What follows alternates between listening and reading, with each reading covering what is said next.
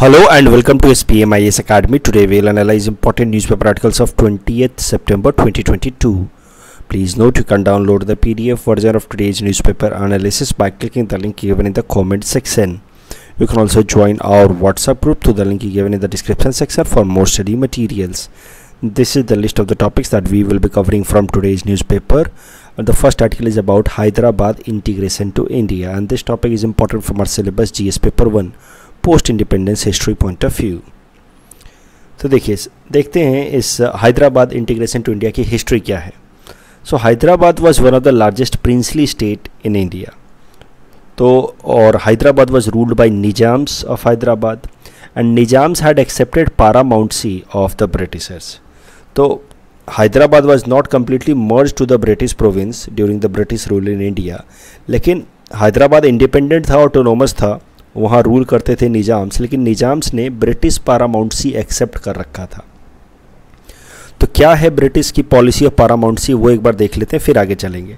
तो Lord Hastings who was governor general of India from 1813 to 1823, he brought this policy of paramountcy, and as per this policy of paramountcy, the British East India Company had its authority and it was paramount or supreme over any other princely states in India. सरल भाषा में कहें तो राजा लोगों को कहा गया कि आप रूल कीजिए, कोई बात नहीं है, ऑटोनोमस तरीके से रूल कीजिए, लेकिन overall under the guidance of British East India company.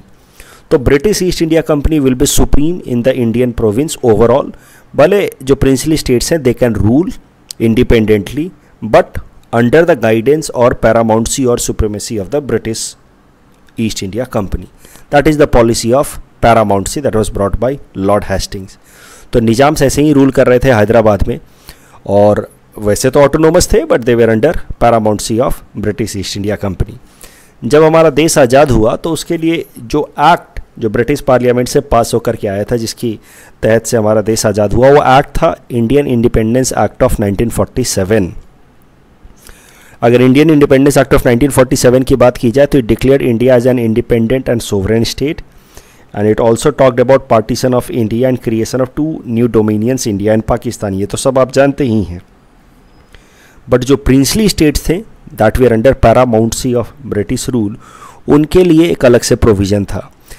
इसमें यह कहा गया था कि the princely states can either remain independent और they can join the dominion of India और पाकिस्तान। तो 3 ऑप्शंस दिए गए, या तो आप इंडिपेंडेंट तरीके से रूल करें या फिर इंडिया या पाकिस्तान डोमिनियन को आप ज्वाइन कर लें। तो लगभग सारे प्रिंसली स्टेट्स ने इंडिया को ज्वाइन किया, कुछ ने पाकिस्तान को भी ज्वाइन किया, लेकिन कुछ गिने चुने प्रिंसली स्टेट्स थे जैसे कि स्टेट ऑफ कश्मीर या Junagadh and Hyderabad, Nizam of Hyderabad, they decided to remain independent and not to join either India और पाकिस्तान। अगर हैदराबाद की बात की जाए तो हैदराबाद तो इंडिया के टेरिटरी के बीचों बीच था, तो वो पाकिस्तान से तो ज्वाइन कर नहीं सकता था, लेकिन Hyderabad was not joining India on insistence of Pakistan. Pakistan उसको आप समझिए सपोर्ट कर रहा था इनडायरेक्टली कि तुम मत ज्वाइन करो इंडिया को, और इस तरीके से इंडिया के अंदर सदर्न स्टेट्स में बीच में हैदराबाद स्टेट एक परमानेंट वीकनेस की तरह रहेगा। आप सोचिए चारों तरफ से हमारा देश इंडिया और बीच में एक हैदराबाद स्टेट जो एक दूसरा देश है, तो that would lead to some problems और चैलेंजेस। जिस तरीके से पाकिस्तान को पहले प्रॉब्लम फेस करना पड़ रहा था because of a large difference of land between east Pakistan and west Pakistan. East Pakistan बाद में जाकर के बांग्लादेश बना। तो मुद्दा यह है कि Nizam of Hyderabad decided to remain independent and that was mainly encouraged by Pakistan. And Pakistan का मेन मुद्दा ही या पर्पस ही यही था कि इंडिया का इंटीग्रेशन जितना हो सके उतना प्रिवेंट किया जाए। तो हैदराबाद एक बड़ा स्टेट था, उसके इंटीग्रेशन को रोक देने से इंडिया की इंटीग्रेशन की जो पूरी की पूरी पॉलिसी थी that was taken care by Sardar Patel, and that is why Sardar Patel is known as iron man of India. तो इंडिया की ये पॉलिसी को फेल कराने में पाकिस्तान का प्लान था कि हैदराबाद को ज्वाइन ना करने दिया जाए इंडियन यूनियन के साथ। पाकिस्तान तो सपोर्ट कर ही रहा था। हैदराबाद के निजाम्स ने प्राइवेट गार्ड्स या मिलिटेंट ग्रुप्स को भी डेवलप किया जिनको नाम दिया गया रजाकार्स, जिनका मेन काम था कि इंडिया के किसी भी अटेम्प्ट को वो थ्वार्ट करें या प्रिवेंट करें of integration of Hyderabad with India. उसके अलावा कई सारे जो लोकल पॉपुलेशन थे हैदराबाद में वो भी प्रोटेस्ट कर रहे थे। They also wanted Nizam rule to end, they wanted to get Hyderabad merged with India, तो वही ऐसा चाहते थे। तो जो लोकल लोग प्रोटेस्ट करते थे, रजाकार्स उनको भी पीटते थे, डराते थे, धमकाते थे। So this is how Razakars were used to commit atrocities against the local population who were protesting against Nizam for insisting Nizam to join India and not remain independent. लेकिन हुआ क्या, इंडियन आर्मी ने 13 सितंबर 1948 को लॉन्च किया ऑपरेशन पोलो, क्योंकि वहाँ से खबरें निकल कर के आ रही थी हैदराबाद से कि वहाँ पे कई सारे लोगों को हरास किया जा रहा है, टॉर्चर किया जा रहा है, रजाकार्स उनके ह्यूमन राइट्स वायलेशन कर रहे हैं, खासकर हिंदू पॉपुलेशन को हरास किया जा रहा है। तो इस तरह की जब खबरें निकल के आ रही थी तो हैदराबाद में इनस्टेबिलिटी के कारण इंडिया का ओवरऑल इंटीग्रेशन प्रोसेस भी रुका हुआ था। इन सब चीज़ों को ध्यान में रखते हुए फिर इंडियन आर्मी ने एक ऑपरेशन लॉन्च किया, operation polo, that was launched on 13 सितंबर 1948। और ऑपरेशन पोलो का मेन पर्पस था कि हैदराबाद को एनेक्स कर लिया जाए और उसको यूनियन ऑफ इंडिया के साथ मर्ज करा दिया जाए। किस ग्राउंड पे हमने इंटरवेंशन किया, तो ground was law and order situation in Hyderabad. Hyderabad के अंदर लॉ एंड ऑर्डर सिचुएशन लगातार बिगड़ते जा रहे थे, ह्यूमन राइट्स वायलेशन हो रहे थे और इस कारण से इंडिया के साउदर्न स्टेट्स में प्रॉब्लम्स हो रही थी, वहाँ पे लॉ एंड ऑर्डर की बिगड़ने के चांसेस थे। इस ग्राउंड पे इंडिया ने इंटरवीन किया। स्टार्टिंग में तो रजाकार्स ने थोड़ा बहुत रेजिस्टेंस दिखाया, लेकिन they were of no match to Indian army और 3 से 4 दिनों के अंदर रजाकार्स ने सरेंडर कर दिया।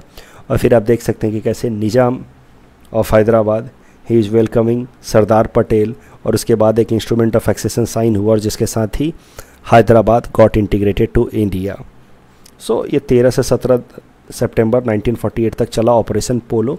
हाल फिलहाल में ऑपरेशन पोलो की एनिवर्सरी मनाई जा रही थी, जिस कारण से ये आर्टिकल आया है। इस टॉपिक के बेसिस पे प्रीलिम्स प्रैक्टिस क्वेश्चन हमने आपको दे रखा है। Please attempt this question and you can submit the answer in the comment section. The next article is about national assessment and accreditation council NAC, and this topic is important from our syllabus GS paper 2 governance point of view, especially from education segment. तो क्या है national assessment and accreditation council NAC?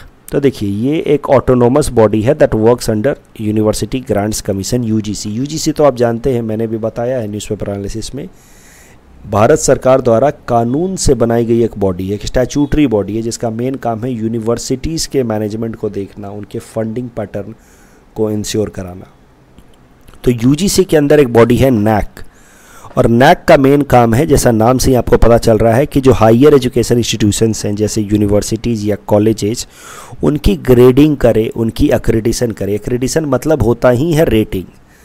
सो जरा देखते हैं national assessment and accreditation council NAC का main काम क्या है। काम है एक्रेडिशन करना। एक्रेडिशन मतलब रेटिंग देना, अलग अलग यूनिवर्सिटीज़ या कॉलेजेस को रेटिंग देना।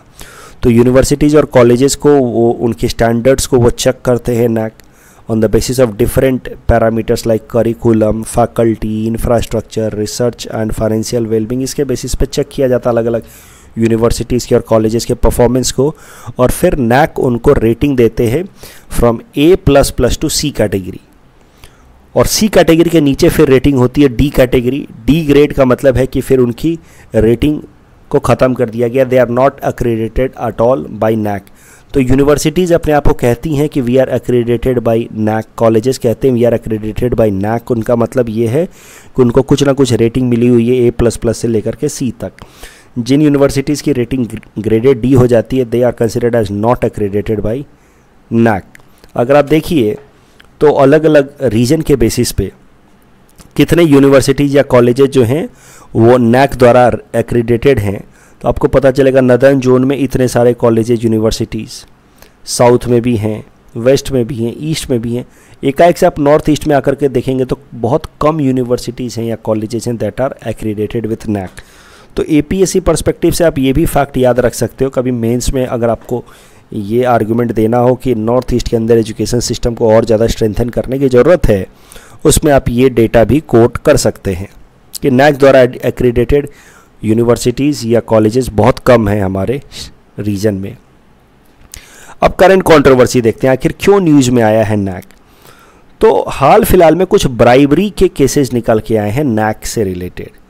तो बड़ौदा का एक यूनिवर्सिटी है महाराजा सायाजी राव यूनिवर्सिटी, वहाँ पे उसकी रेटिंग कुछ ख़राब हो रही होगी, D कैटेगरी में जा रही होगी। फिर न्यूज़ ऐसा निकल के आया कि वहाँ के जो मैनेजमेंट थे उन्होंने NAC को ब्राइब ऑफ़र किया, जिसके बाद NAC ने उनकी रेटिंग इम्प्रूव कर दी। तो इस कारण से NAC को लेकर के हाल फिलहाल में काफ़ी ज़्यादा कंट्रोवर्सी हो रही है। कुछ एडिशनल इन्फॉर्मेशन भी देख लेते हैं नैक से रिलेटेड। तो जैसा कि हमने पहले भी देखा कि रीजनल डिस्पैरिटी है, कुछ एरियाज़ में कई सारे एक्रेडिटेड कॉलेजेज हैं, यूनिवर्सिटीज़ हैं, कई सारे एरियाज़ में नहीं हैं, and that is how there is a need to increase the number of accredited colleges. तो एक्रेडिटेड कॉलेजेस और यूनिवर्सिटीज़ के नंबर्स को बढ़ाने के लिए यूजीसी ने लॉन्च किया है एक इनिशिएटिव जिसका नाम है परामर्श। परामर्श इनिशिएटिव में क्या होगा कि जो बेस्ट परफॉर्मिंग नैक कॉलेजेस हैं या यूनिवर्सिटीज़ हैं वो बाकी नए 5 यूनिवर्सिटीज़ या कॉलेजेस की मेंटरशिप करेंगे ताकि उनको भी नैक एक्रेडिटेड हो जाए वो। तो जैसे कि आप देखिए महाराष्ट्र में इतने सारे कॉलेजेस हैं, कर्नाटका में है, गुजरात में है, लेकिन हमारे नॉर्थ ईस्ट में बहुत कम है। तो अब नॉर्थ ईस्ट के अंदर जो कम कॉलेजेस हैं नैक एक्रेडिटेड, इनकी संख्या बढ़ाने का एक उपाय है कि जो टॉप मोस्ट कॉलेजेज हैं, यूनिवर्सिटीज़ हैं, ये परामर्श स्कीम के अंतर्गत that has been started by UGC हमारे नॉर्थ ईस्टर्न स्टेट्स के कॉलेजेज और यूनिवर्सिटीज़ की मेंटरशिप करें और उनको भी नैक एक्रेडिटेशन दिलवाएं। The next article is about PM PRANAM scheme and this topic is important from our syllabus GS paper 3 Indian economy point of view. तो न्यूज़ ये है कि भारत सरकार हाल फिलहाल में लेकर के आई है पीएम प्रणाम स्कीम। अभी ये प्रपोज किया गया है, इम्प्लीमेंट होना बाकी है, हो जाएगा कुछ दिनों में। पीएम प्रणाम का फुल फॉर्म है promotion of alternate nutrients for agriculture management योजना and it has been planned to reduce the use of chemical fertiliser. तो इसका मेन पर्पस है कि केमिकल फर्टिलाइजर्स का इस्तेमाल कम कराया जाए फार्मर्स द्वारा और उसका ऑल्टरनेटिव जो ऑर्गेनिक फर्टिलाइजर्स उसको धीरे धीरे प्रमोट किया जाए। अगर आप देखें तो अलग अलग तरह के केमिकल फर्टिलाइजर जैसे कि urea, di ammonium phosphate, muriate of potash, इनका यूजेस लगातार हमारे देश में बढ़ता जा रहा है। 2017-18 का डेटा है, 2021-22 का डेटा है। तो अलग अलग तरह के जो केमिकल फर्टिलाइजर्स हैं उनका यूजेस लगातार हमारे देश में बढ़ता जा रहा है और फर्टिलाइजर्स को सरकार सब्सिडाइज भी करती है। तो सब्सिडी का भी कई सारा कॉस्ट बर्डन पड़ता है सरकार के ऊपर। फॉर एग्जांपल यू सी इस साल जो करंट फिस्कल ईयर है 2022-23 उसमें उम्मीद की जा रही है कि लगभग प्रोजेक्शन है ये कि 2,25,000 करोड़ सरकार खर्च करेगी on fertiliser subsidy which is a huge number. तो अगर केमिकल फर्टिलाइजर्स को धीरे धीरे उसका इस्तेमाल हम कम कर दें, ऑर्गेनिक फर्टिलाइजर्स का इस्तेमाल करना शुरू कर दें, तो एक तो हेल्थ के लिए भी अच्छा होगा, बायोडाइवर्सिटी के लिए भी अच्छा होगा, और दूसरा भारत सरकार के ऊपर जो सब्सिडी का कॉस्ट है वो भी कम होगा और सब्सिडी कॉस्ट जो बचेगा उसी का इस्तेमाल किया जाएगा फिर इस पीएम प्रणाम स्कीम को इम्प्लीमेंट करने में। तो पीएम प्रणाम स्कीम के कुछ फीचर्स देख लेते हैं। पीएम प्रणाम स्कीम का कोई सेपरेट बजटिंग नहीं किया जा रहा है, इसको कोई अलग से बजट नहीं दिया जाएगा। फोकस है कि केमिकल फर्टिलाइजर्स का इस्तेमाल कम करा जाएगा और इस कारण से धीरे धीरे भारत सरकार को कम सब्सिडी देनी होगी ऑन केमिकल फर्टिलाइजर्स, और फिर जब केमिकल फर्टिलाइजर्स पे कम सब्सिडी देनी होगी तो जो पैसा बचेगा वो पैसा फिर स्टेट्स को दिया जाएगा। तो जितना भी सेविंग्स होगा केमिकल फर्टिलाइजर के इस्तेमाल को कम करने से फर्टिलाइजर सब्सिडी में, उसका 50% पैसा स्टेट्स को दिए जाएंगे जिन जिन स्टेट्स में वो सेविंग्स हुई हैं। तो ultimately agriculture is a state subject, तो स्टेट गवर्नमेंट को फार्मर्स को धीरे धीरे मोटिवेट करना होगा केमिकल फर्टिलाइजर्स का कम इस्तेमाल करने के लिए। तो मान लीजिए कि आसाम के अंदर 100 करोड़ पैसा बचाए, 100 करोड़ रुपए बचाए गए केमिकल फर्टिलाइजर का इस्तेमाल की कमी करने से। तो जो भी सरकार खर्च कर रही थी केमिकल फर्टिलाइजर सब्सिडी पे, उसमें से 100 करोड़ रुपए बच गए। तो 100 करोड़ का 50% यानी कि 50% असम सरकार को दिया जाएगा in the form of grant, और उस 50% का 70% असम सरकार यानी कि 50 करोड़ का 70% 35 करोड़ रुपए असम सरकार इस्तेमाल करेगी हमारे स्टेट आसाम के अंदर अलग अलग एसेट क्रिएट करने में, जिससे ज़्यादा से ज़्यादा ऑल्टरनेटिव फर्टिलाइजर्स या ऑर्गेनिक फर्टिलाइजर्स डेवलप किए जाए। और बचा हुआ 30% जो पैसा है यानी कि 15 करोड़ रुपए वो फार्मर्स के अलग अलग ग्रुप्स को, जैसे पंचायत को, फार्मर प्रोड्यूसर ऑर्गेनाइजेशंस को दिया जाएगा ताकि वो केमिकल फर्टिलाइजर्स को धीरे धीरे छोड़ करके ऑर्गेनिक फर्टिलाइजर्स की तरफ स्विच करें। तो एक बार फिर से मैं सिंपल तरीके से समझा देता हूँ। पीएम प्रणाम स्कीम को अलग से कोई फंडिंग नहीं दी गई है। फोकस है कि जो भी केमिकल फर्टिलाइजर के इस्तेमाल की कमी करने से जो भी भारत सरकार का फर्टिलाइजर सब्सिडी पे पैसा खर्च होता था उसमें जो भी बचत होगी उस बचत का 50% स्टेट्स को दिया जाएगा। तो जिस स्टेट में ज़्यादा बचत होगी, जैसे असम के अंदर अगर 200 करोड़ की बचत हो गई तो 100 करोड़ यानी कि 50% असम को आएगा। उसमें से 70% यानी कि 70 करोड़ असम सरकार खर्च करेगी ऑल्टरनेटिव फर्टिलाइजर सिस्टम्स के इंफ्रास्ट्रक्चर को डेवलप करने में, एसेट क्रिएशन में, और 30% असम सरकार यानी कि 30 करोड़ खर्च करेगी अलग अलग फार्मर ग्रुप्स को इंसेंटिवाइज करने में कि वो ऑल्टरनेटिव मॉडल्स का इस्तेमाल करें, ना कि केमिकल फर्टिलाइजर्स का इस्तेमाल करें। और हर एक पैसा को ठीक तरीके से ट्रेस किया जा सके कि कितना पैसा कहाँ जाएगा और कैसे कैसे इस्तेमाल हो रहा है, उसके लिए एक इंटीग्रेटेड फर्टिलाइजर मैनेजमेंट सिस्टम लाया गया है। एक डिजिटलाइज सिस्टम है जो भारत सरकार लेकर के आ रही है, इंटीग्रेटेड फर्टिलाइजर मैनेजमेंट सिस्टम, जो हर एक डेटा को रियल टाइम बेसिस पे एनालाइज करता रहेगा कि अच्छा इतना पैसा बचा इस स्टेट से, तो फिर इस स्टेट पे 50% पैसा गया ग्रांट के फॉर्मेट में, फिर उस स्टेट ने कैसे कैसे उसका इस्तेमाल किया, ये सब कुछ IFMS से पता चलता रहेगा। इस टॉपिक के बेसिस पे प्रीलिम्स प्रैक्टिस क्वेश्चन हमने आपको दे रखा है। Please attempt this question and you can submit the answer in the comment section. The next article is about Numaligarh Refinery Limited and this topic is important from our syllabus GS paper 5 Assam issues point of view। तो इस article को एक बार समझेंगे, लेकिन उससे पहले एक बार जरा रिवाइज कर लेते हैं इंडिया बांग्लादेश फ्रेंडशिप पाइपलाइन। तो इंडिया बांग्लादेश फ्रेंडशिप पाइपलाइन लगाया जाएगा, ये फैसला किया गया था 2018 में बिटवीन द टू कंट्रीज़। ये जो इंडिया बांग्लादेश फ्रेंडशिप पाइपलाइन है, ये दिनाजपुर से शुरू होगा बांग्लादेश में और ये पहुंचेगा सिलीगुड़ी तक, और फिर सिलीगुड़ी से इसको कनेक्ट किया जाएगा नुमालीगढ़ रिफाइनरी लिमिटेड से। तो ये है India Bangladesh friendship pipeline, Siliguri to Dinajpur. Current use ये है कि अभी 2018 से तो नुमालीगढ़ रिफाइनरी लिमिट 2018 से India Bangladesh friendship pipeline sign किया हुआ है, लेकिन अभी तक इम्प्लीमेंट हुआ नहीं है। अभी करंट यूज़ ये है कि नुमालीगढ़ रिफाइनरी लिमिटेड को लगभग 35,000 करोड़ का फंडिंग अलॉट हुआ है और टारगेट बेसिस पे कहा गया है कि अगले 1 साल के अंदर इंडिया बांग्लादेश फ्रेंडशिप पाइपलाइन को वो इम्प्लीमेंट करे, और साथ ही साथ 4 अलग अलग जो प्रोजेक्ट वो इम्प्लीमेंट कर रहे हैं सबको 1 साल के अंदर वो इम्प्लीमेंट करे। तो नुमालीगढ़ रिफाइनरी लिमिटेड को लगभग 35,000 करोड़ का इन्वेस्टमेंट आया है and this is how it will help in more and more job creations in Assam. India Bangladesh friendship pipeline 2018 से फाइनलाइज है, अभी तक पूरी तरह से कंप्लीट नहीं हुआ है। अब नुमालीगढ़ रिफाइनरी लिमिटेड को 35,000 करोड़ रुपए दिए गए हैं 1 साल के अंदर इस प्रोजेक्ट को कंप्लीट करने के लिए, और उसके अलावा 4 और प्रोजेक्ट्स हैं जो नुमालीगढ़ रिफाइनरी लिमिटेड ला रहा है। उन सारे प्रोजेक्ट्स को अब कंप्लीट करना है जल्दी से जल्दी। That is the goal set by the government of India for Numaligarh refinery limited. तो कौन से अलग अलग प्रोजेक्ट्स हैं जो नुमालीगढ़ रिफाइनरी लिमिटेड लेकर के आ रहा है, वो भी एक बार जरा देख लेते हैं। बायो रिफाइनरी लेकर के आ रहा है नुमालीगढ़ रिफाइनरी लिमिटेड, जहाँ पे वो बैम्बू की मदद से एथेनॉल प्रोड्यूस करेंगे और उस एथेनॉल का इस्तेमाल होगा for blending with petrol and diesel. तो ये है bio refinery bamboo based product का, ये है पहला प्रोजेक्ट। दूसरा प्रोजेक्ट है रिफाइनरी की कैपेसिटी को 3 million metric tons per annum से इंक्रीज करके 9 million metric tons per annum करना है, 3 गुना बढ़ाना है, ये दूसरा प्रोजेक्ट है। तीसरा प्रोजेक्ट है कि जो पारादीप जो रिफाइनरी है उड़ीसा के अंदर, उसको कनेक्ट करना है with Numaligarh refinery and then up to Digboi. तो ये अगला टारगेट है, ये अगला प्रोजेक्ट है पारादीप नुमालीगढ़ क्रूड पाइपलाइन। इसका पूरा नाम होगा Paradip to Numaligarh crude pipeline. और चौथा प्रोजेक्ट तो है ही है इंडिया फ्रेंडशिप पाइपलाइन प्रोजेक्ट। अगर नुमालीगढ़ रिफाइनरी लिमिटेड की बात की जाए तो Numaligarh refinery limited has some emotional attachment for the people of Assam. क्यों इमोशनल अटैचमेंट है वो भी जरा देखते हैं। तो Numaligarh refinery limited was created as a result of Assam accord that was signed in 1985। जब असम अकॉर्ड साइन किया गया, भारत सरकार, असम सरकार और स्टूडेंट ऑर्गेनाइजेशन आसू के बीच में ट्राईपार्टेट एग्रीमेंट था। उसमें फिर लोकल डेवलपमेंट के लिए भारत सरकार ने प्रॉमिस किया था कि वो एक रिफाइनरी भी लेकर के आएंगे, और उसके बाद ये नुमालीगढ़ रिफाइनरी लिमिटेड लाया गया था। That is how it has some historical and emotional significance.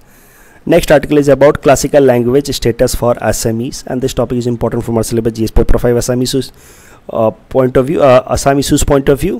तो सबसे पहले देखते हैं क्लासिकल लैंग्वेजेस के बारे में। देखिए हमारे देश में 6 ऐसे लैंग्वेजेस हैं जिनको क्लासिकल लैंग्वेजेस का स्टेटस मिला हुआ है, और वो है तमिल, संस्कृत, कन्नड़, तेलुगु, मलयालम एंड उड़िया। सबसे पहले तमिल को मिला 2004 में, और सबसे लेट उड़िया को मिला 2014 में। अभी क्या बेसिक क्राइटेरियाज होते हैं किसी भी लैंग्वेज को क्लासिकल लैंग्वेज डिक्लेयर करने के, वो भी ज़रा देखते हैं। 3 मुख्य क्राइटेरिया हैं। सबसे पहले तो उस लैंग्वेज की अपनी हिस्ट्री होनी चाहिए, कम से कम 1500 से लेकर के 2000 साल पुरानी। दूसरा, it must have an ancient literature text that are considered as valuable heritage by generations of the speakers, मतलब उसकी अपनी खुद की लिटरेचर या टेक्स्ट बुक होनी चाहिए। और तीसरा, literary tradition must be original and not borrowed from other language, उसके जो अपने लिटरेचर हैं, टेक्स्ट बुक हैं, वो ओरिजिनल होने चाहिए, किसी दूसरे लैंग्वेज से बोरोड नहीं होने चाहिए। अभी करंट न्यूज़ ये है कि ये 6 लैंग्वेज के अलावा असम सरकार कोशिश करेगी कि असमीज़ को 7वां क्लासिकल लैंग्वेज की तरह डिक्लेयर करवाया जाए, और उसके लिए असम सरकार ने 2 इंस्टीट्यूशंस को, Assam Prakashan Parishad and Anundoram Borooah institute of language art and culture को जिम्मेदारी दी है कि वो ग्राउंड वर्क करें ताकि असमीज़ को क्लासिकल लैंग्वेज का स्टेटस दिलाया जा सके। यूपीएससी प्रीलिम्स 2015 में क्लासिकल लैंग्वेज से रिलेटेड ये पर्टिकुलर सवाल पूछा गया था। Please attempt this question and you can submit the answer in the comment section. कल जो हमने आपको प्रैक्टिस क्वेश्चन दिया था उसका आंसर देख लेते हैं। चीता से रिलेटेड, चीता का स्पीड ज़्यादा होता है, it is known for speed, but 200 kilometre per hour तक इसकी स्पीड नहीं जाती, 114 kilometre per hour maximum speed है। तो पहला स्टेटमेंट गलत है लेकिन दूसरा सही है, so the correct answer is option B. अगर इसमें आप देखें तो आपको पता है कि ईस्ट एशिया समिट में इंडिया है, association of south east Asian nation ASEAN में नहीं है, तो बस ये 2 इन्फॉर्मेशन काफ़ी है, यानी कि 3 होगा 2 नहीं होगा। 2 ना होते ही तो ए और सी ऑप्शन से एलिमिनेट हो गया, 3 होते ही डी एलिमिनेट हो गया, तो बचा क्या ऑप्शन बी। तो अगर आप पहला स्टेटमेंट नहीं भी जानते, पहले ऑर्गेनाइजेशन के बारे में नहीं जानते, येट थ्रू एलिमिनेशन मेथड आप अपना आंसर निकाल सकते थे। और फिर Montreal protocol brought in 1987 for ozone depleting substance, absolutely correct. Kigali amendment to Montreal Protocol is with respect to HFC, which is a major ozone depleting substance. This is wrong. HFC is greenhouse gas. So first statement is right, second is wrong. That's all from our side for today. Thanks for watching.